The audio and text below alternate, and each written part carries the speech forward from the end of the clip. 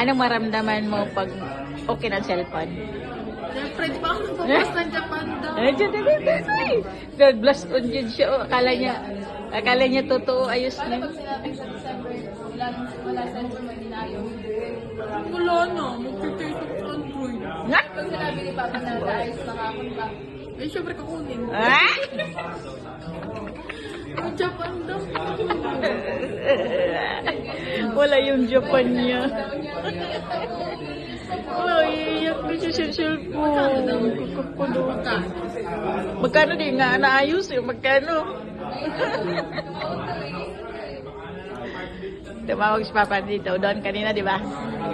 Kagabi pa pala yung cellphone nasa pistre sa mabuhay.